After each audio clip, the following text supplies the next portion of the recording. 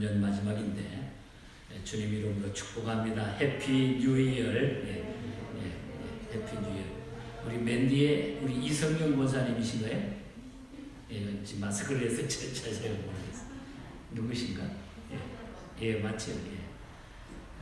1년 만에 봅니다.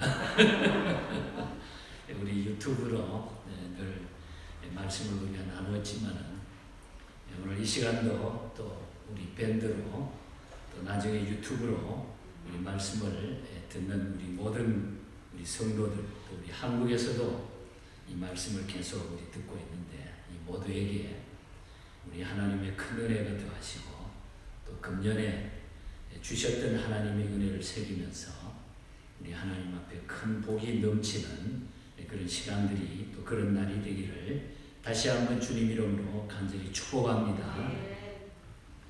한번 이 마지막 주일에 질문을 해보고 싶습니다. 여러분들 하나님의 말씀을 의심 없이 그대로 다 믿으십니까? 다행입니다. 하나님의 말씀을 우리가 의심 없이 믿는다고 하는 것. 히브리서 4장 12절에 보면은 하나님의 말씀은 살아있고 활력이 있어 좌우에 날선 어떤 검보다 예리하여 혼과 영과 및 관절과 골수를 찔러 쪼개기자 하며 또 마음의 생각과 뜻을 판단하느니라 그랬습니다. 하나님의 말씀은 죽은 말씀이 아니라 살아서 역사하는 말씀인 줄 믿습니다. 그 말씀이 우리 속에 들어와서 사람을 변화시키게 되는 것입니다. 수십 년 전에 인도에서 사역하는 한 선교사가 열차에서 힌두 교인에게 전도를 했습니다. 성경을 가지고 막 전도를 했더니 성경책을 주자마자 이 사람이 그냥 그 성경책을 창밖에, 기차 창밖에 다 던져버린 거예요. 그런데 이 일이 있은 후 몇 달 후에 한 여인이 선교사를 찾아왔습니다. 그리고 세례를 받도록 청을 했습니다. 여인은 자기가 어떻게 그리스도인이 되었는가를 설명을 쭉 하는데 어느 날 이분이 밭에서 일을 하고 있었는데 기차가 지나가다가 뭔가 자기에게 막 확 날아오더라는 거예요. 그래서 자기를 쳐가지고 나중에 날아왔던 것을 집어보니까 성경책이더래요. 그날부터 여인은 그 성경을 읽게 되고 결국 주님을 영접한 뒤에 그 책 뒤에 적혀있는 주소를 찾아서 이 선교사에게까지 찾아와서 세례를 청했던 것입니다. 성경은 읽는 이의 마음을 변화시킵니다. 그리고 하나님을 찾게 합니다. 하나님의 말씀은 이처럼 살았고 역사하는 힘이 있습니다. 그래서 금년에도 성경을 자꾸 우리가 읽어야 된다고 하는 이유가 바로 거기에 있습니다.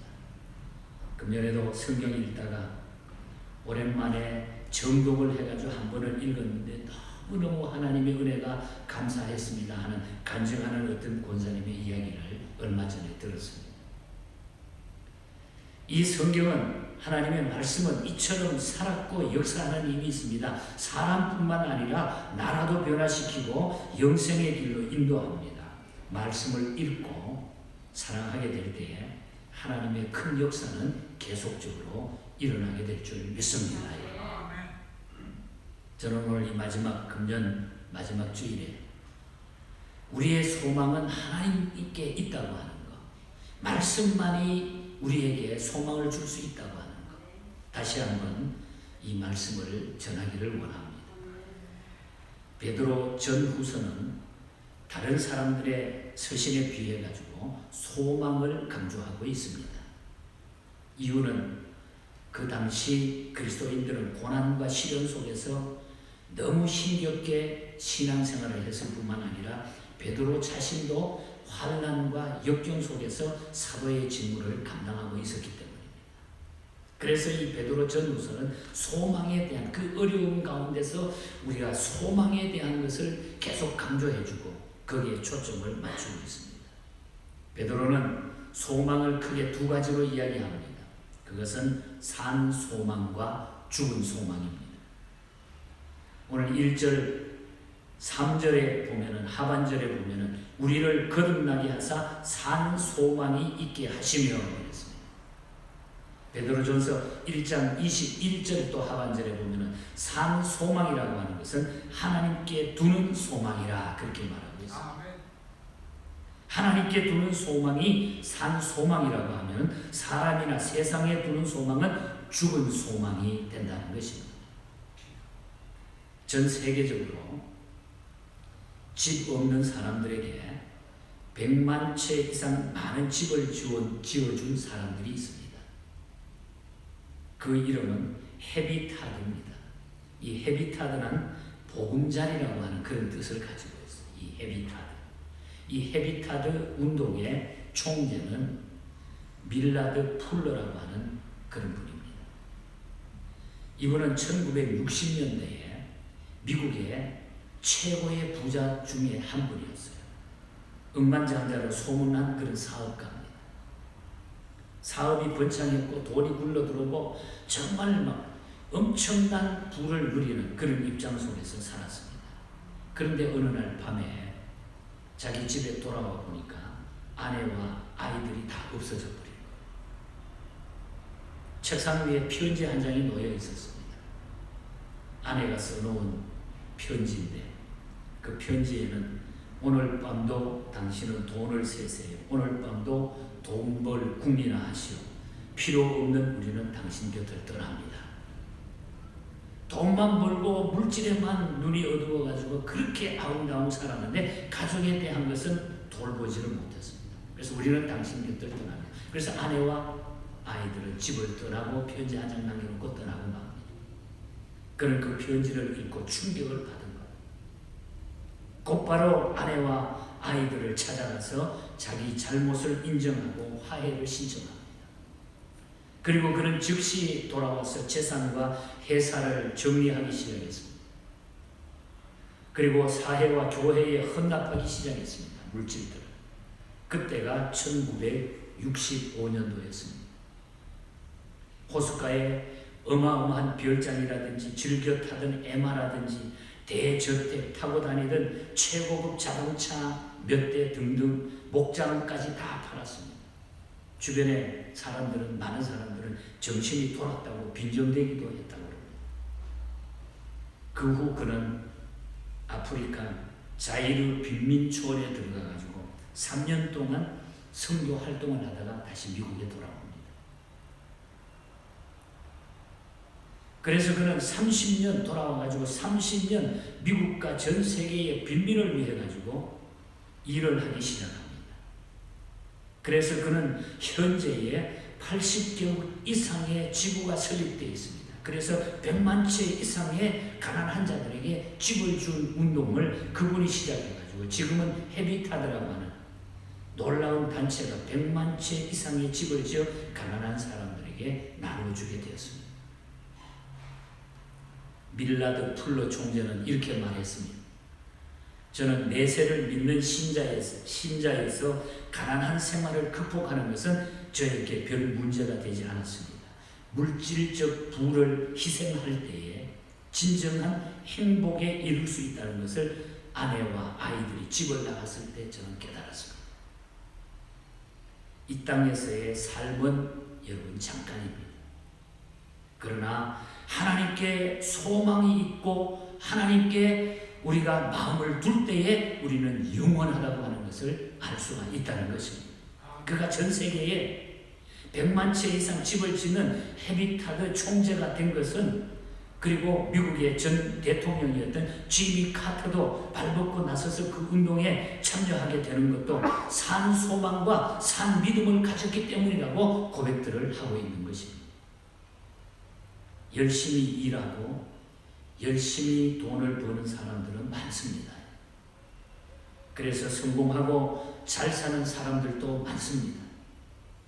하지만 소망을 하나님께 두지 않는 사람들은 그 성공과 부를 오랫동안 간직하지 못한다는 것입니다.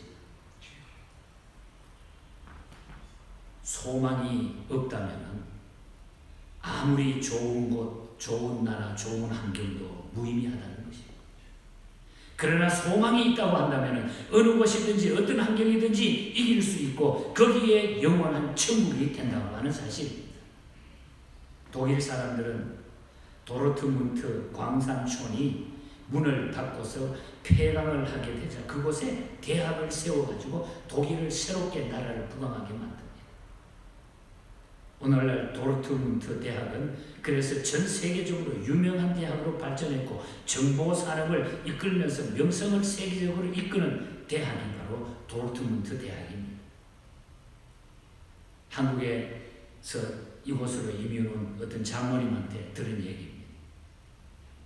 강원도 태백의 탄강촌이 폐간이 되고 문을 닫게 되자 탄강촌을 다시 살려야 된다면서 우리나라에서는 거기다가 카지노, 빠찡코, 도박장을 만들어.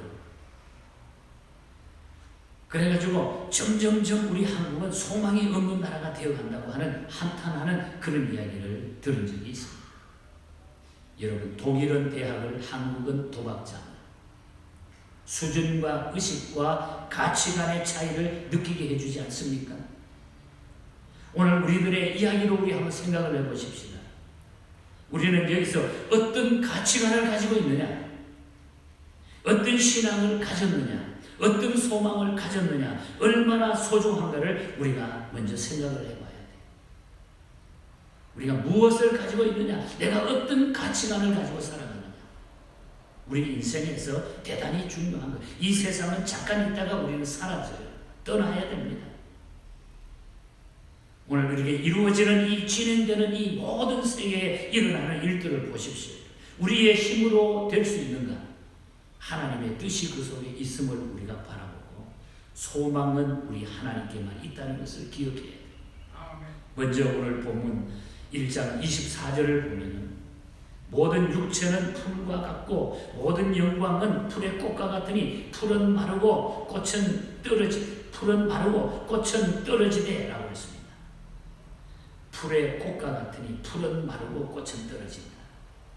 무슨 뜻입니까? 인간의 육체적 자랑이나 영광은 풀처럼 시들고 꽃처럼 떨어진다는 그런 의미입니다.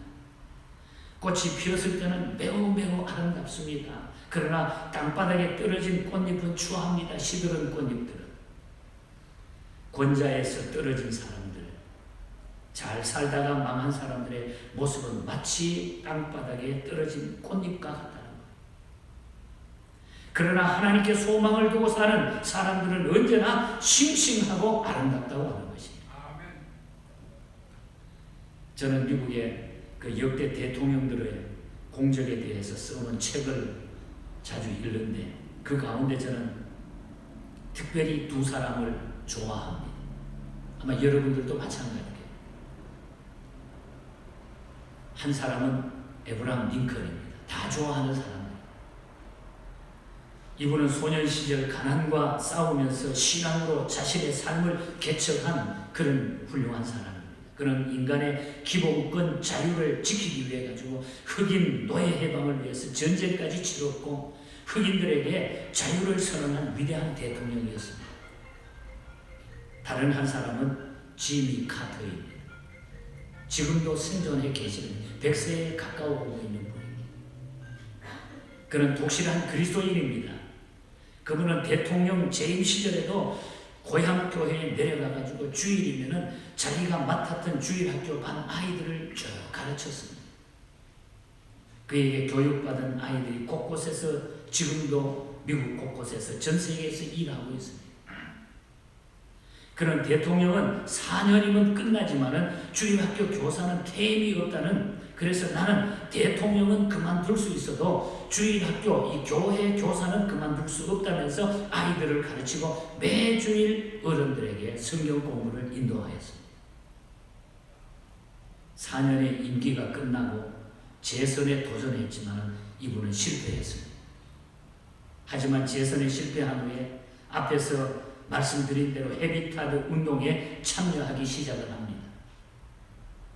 카터가 그 운동에 참여해서 직접 톱과 망치를 들고 집 짓는 현장에서 일하게 하기 시작하면서부터 이 헤비타드 운동은 전 세계로 막 발전해 나가기 시작했어요. 카터는 다음과 같은 이야기를 했습니다. 나라 일을 잘하라고 대통령을 시켜주었는데 재선에 실패했다. 그러나 거기에는 하나님의 뜻이 분명히 있었다. 내가 집 짓는 운동을 하고 남을 돕는 일을 할 때에 4년이라는 대통령 경력이 필요했기 때문에 하나님은 나를 대통령으로 세우셨다. 대통령이었던 내가 편지를 보내면 누구라도 답장을 안 할 수가 없었고, 누구라도 만나자면 연락을 안 할 수가 없었고, 거절하는 사람이 없었고, 돕자고 부탁하면 아니요 하고 말하는 사람이 없었다. 하나님은 나에게 이 일을 하라고 4년 동안 대통령을 먼저 시켰다.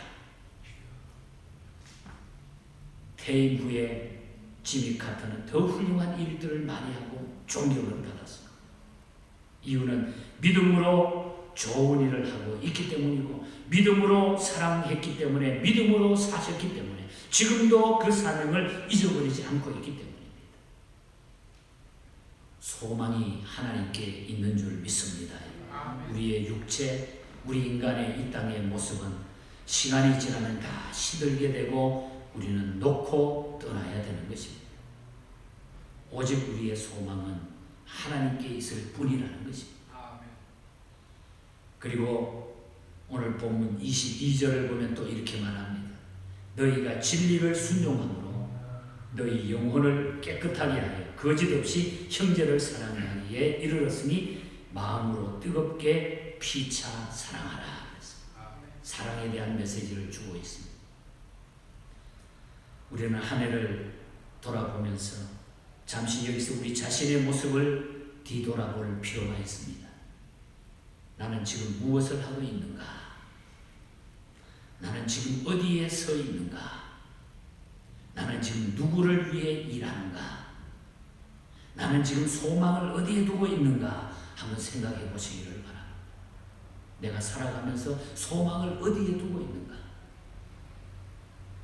왜 하나님께 소망을 두어야 할까요, 여러분? 왜 하나님께 소망을 두어야 할까요? 첫째는 영원하기 때문에. 이 세상에는 영원한 게 하나도 없어요. 하나님은 영원하십니다.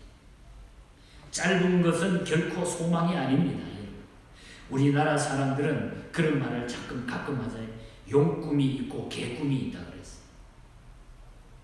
용꿈은 큰 꿈, 크게 될 꿈, 멀리 될 꿈을 말하고, 개꿈은 깨고 나면 아무런 의미도 가치도 없는 장난 같은 꿈을 그렇게 말하고 있습니다. 여러분, 소망도 잠깐 뒤에 시드는 것은 산 소망이 될 수가 없어요. 영원히 변치 않는 소망, 시간적으로 길고 길어서 영원한 것이 바로 산 소망이라. 그 소망은 하나님께만 있기 때문에 하나님께 소망을 두어야 된다. 베드로 사도가 그 어려운 고난과 힘듦과 역경과 어려운 그 형편 속에서 우리가 이 땅에 사는 힘들고 어렵고 괴로운 일들이 있지만은, 그러나 영원한 소망은 하나님께 있습니다. 하나님은 우리에게 영원한 분이십니다. 거기에 소망을 둬야 됩니다. 이것입니다. 오늘 이 시대에 팬데믹 기간 동안에 여러분, 우리가 어떻게 보면 힘들고 어렵고 전부 부정적이고 어떻게 될지 모르지만은, 그러나 우리는 이 땅 위에서 이와 같은 형편 속에서 우리가 둬야 될, 우리가 가져야 될 신앙은 하나님께 소망을 둬야 됩니다. 우리 하나님은 영원하시기 때문인 줄 믿습니다.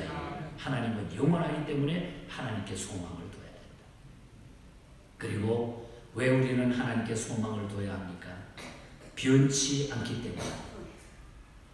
주가가 오르고 벤처 기업이 뜨고 있을 무렵에 어떤 분이 100만 불을 가지고 투자를 했어요. 그런데 그것을 다 잃어버렸어요. 경기가 나빠져가지고 다 잃어버렸어요. 얼마나 허전하고 속상하겠습니까? 주가처럼 환율처럼 올라갔다 떨어졌다 하는 것은 소망이 될 수가 없어요. 영원히 변치 않는 소망이 참된 소망인 줄 믿습니다. 그 소망은 하나님께만 있기 때문에 하나님께 소망을 두라는 거예요. 하나님께 소망이 있기 때문에 우리는 변치 않기 때문에 소망을 하나님께 둬야 된다. 그리고 왜 소망을 하나님께 둬야 됩니까? 가치가 있기 때문에. 가치가 있기 때문에. 값으로 따질 수 있는 물건이 있고 값으로 따질 수 없는 물건이 있습니다. 예를 들어서 보석이라든지 귀금속이라든지 부동산 등은 값으로 정할 수가 있습니다. 그러나 애국지사의 순국이라든지 순교자의 피라든지 어머니의 사랑이라든지 예수님의 대속의 피는 값으로 따질 수가 없습니다. 어찌 그것을 값으로 매길 수 있겠어요? 값으로 칠 수 있는 소망은 소망이 아닙니다. 값을 계산하거나 정가표를 붙일 수 없는 소망, 금이나 보석보다 더 귀하고 값진 소망이 참 소망인 줄 믿습니다. 그 소망은 바로 하나님께 있다고 하는 것입니다. 그 소망은 하나님께 두는 것입니다. 오늘 이 말씀의 결론을 우리가 함께 만들어 보십시오. 하나님께 두는 소망은 어떻게 지킬 수 있습니까? 어떻게 이 소망을 우리가 지킬 수 있느냐? 그것은 믿음으로만 가능하다고 하는 거예요. 믿음이 중요하다는 거죠. 다시 말하면 믿음이 있어야 소망을 바라보고 지킬 수 있다고 하는 그런 메시지. 믿음이나 소망이나 사랑은 냄새도 색깔도 모양도 없습니다. 그래서 현이상학적인 개념입니다. 다시 말하면 고상한 가치며 차원 높은 개념이 바로 믿음입니다. 소망을 가지면 어떻게 됩니까? 그래서 든든합니다. 흔들리지 않게 된다는 거예요. 하나님께 소망을 두게 되면 우리는 든든하게 살 수가 있고 흔들리지 않고 자신 있게 살아갈 수 있다는 거죠. 대제국 로마가 망하고 칼 한 자루 가지지 못한 기독교가 흥하는 것은 소망 때문이었습니다. 로마는 지상에 소망을 두었기 때문에 망했지만 기독교는 하나님께 소망을 두었기 때문에 흥할 수가 있었다는 역사입니다. 사업에 실패한 아들이 머리를 싸매고 누워 있었어요. 견딜 수 없었어요. 아들을 위로하기 위해서 찾아온 아버지가 다음과 같은 말을 해주었다고 합니다. 아들아, 해가 지고 어두워져야 밤하늘의 별을 볼 수 있단다. 눈을 들어 저 하늘의 별을 바라보기 바란다. 해가 지고 어두워져야 밤하늘의 별을 볼 수 있다. 눈을 들어 저 하늘의 별을 바라보기 바란다. 우리는 저 별 너머에 있는 영원한 소망을 바라보는 사람들입니다. 하나님께 소망을 두시기를 바랍니다. 영원한 소망은 우리 하나님께 있기 때문인 것입니다. 세월이 아무리 가도 변함없는 소망은 우리 하나님밖에 없음을 우리는 분명히 믿습니다. 연말이나 오늘 이와 같은 때가 되면 우울증과 외로움과 쓸쓸함으로 자살하고 고민하고 힘들어하는 사람들이 제일 많이 생긴다고 합니다. 또 이번 팬데믹 기간 동안에 그런 일들이 너무너무 많이 일어났다고 합니다.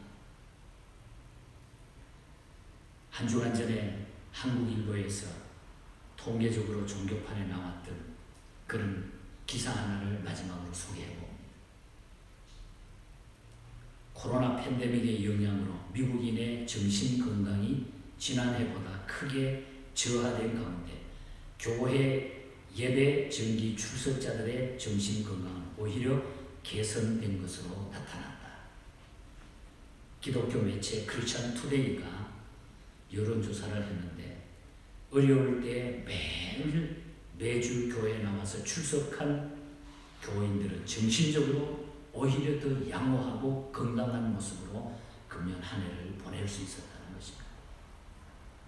코로나 팬데믹이 발생하기 이전에 정신건강 상태가 매우 양호 또는 양호하다는 미국인의 비율은 평균 81%에서 89%라고 해서 높았다고 합니다. 그런데 올해에는 그것이 70% 이하로 떨어졌다. 팬데믹 기간 동안에 많은 사람들이 영적으로 영혼이 갈급해지고 약해지고 아주 여러 가지 위태해지는 이런 시대가 되어버리고 말았다. 그래서 많은 사람들이 믿음을 포기하고 그리고 자살하고 삶을 포기하고 이런 일들이 너무너무 많이 일어났다는 것입니다. 그러나 오히려 하나님을 향해 소망을 두었던 사람들은 더 강해졌다고 하는 것입니다.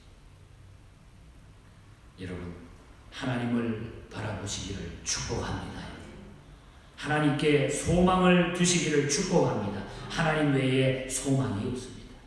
그분께 소망을 둬야 돼요. 영국의 평신도 사업가로서 에드워드 모트라고 하는 분이 계시는데, 이분이 1834년에 귀한 시를 하나 쓰는데, 이것이 1836년에 찬송가에 수록되어서 찬송가에 아주 놀라운 가사로 우리에게 은혜를 끼치는 찬송이 되어서 지금까지 애창곡으로 불려지고 있습니다. 이분은 이야기합니다. 아무리 어렵고 힘들어도 이 세상의 모든 것은 바로 소망은 예수밖에 없다는 것입니다. 이 몸의 소망 무언가 우리 주 예수뿐일세. 우리 주 예수 밖에는 믿으리 아주 없도다. 2절에 보면은 무섭게 바람 부는 밤 물결이 높이 설릴 때 우리 주 크신 은혜에 소망의 탓을 주리라 그랬습니다. 3절에는 이렇게 찬양하고 있습니다.